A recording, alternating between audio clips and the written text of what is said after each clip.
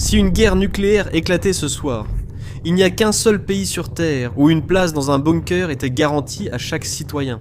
Et non, ce n'est pas les États-Unis, ni la Russie ou la Chine. C'est la Suisse. Si vous êtes citoyen, vous pouvez remercier une loi de 1963, une loi qui dit que chaque résident doit avoir accès à un abri protégé. Si vous construisez une maison en Suisse, vous devez construire un abri anti-explosion en dessous, ou payer pour en avoir un dans un abri public plus loin. Pas d'abri, pas de permis. Aujourd'hui, le pays compte donc plus de 370 000 bunkers, assez pour accueillir toute sa population avec de la place en plus. Pendant ce temps, les États-Unis ne peuvent même pas abriter 1% de leur population.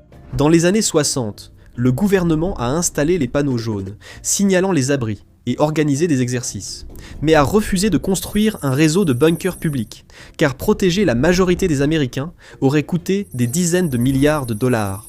Washington a estimé que cet argent servirait mieux à construire des moyens de dissuasion. Après la crise des missiles de Cuba et la baisse des tensions grâce à la dissuasion, le gouvernement américain a arrêté de ravitailler les abris qu'il avait identifiés. Dans les années 70, tout cela était fini, et certains biscuits de survie restants ont été envoyés à des œuvres de charité ou donnés aux cochons. Aujourd'hui, seuls subsistent les bunkers construits pour protéger les dirigeants ou les riches capables d'en creuser un.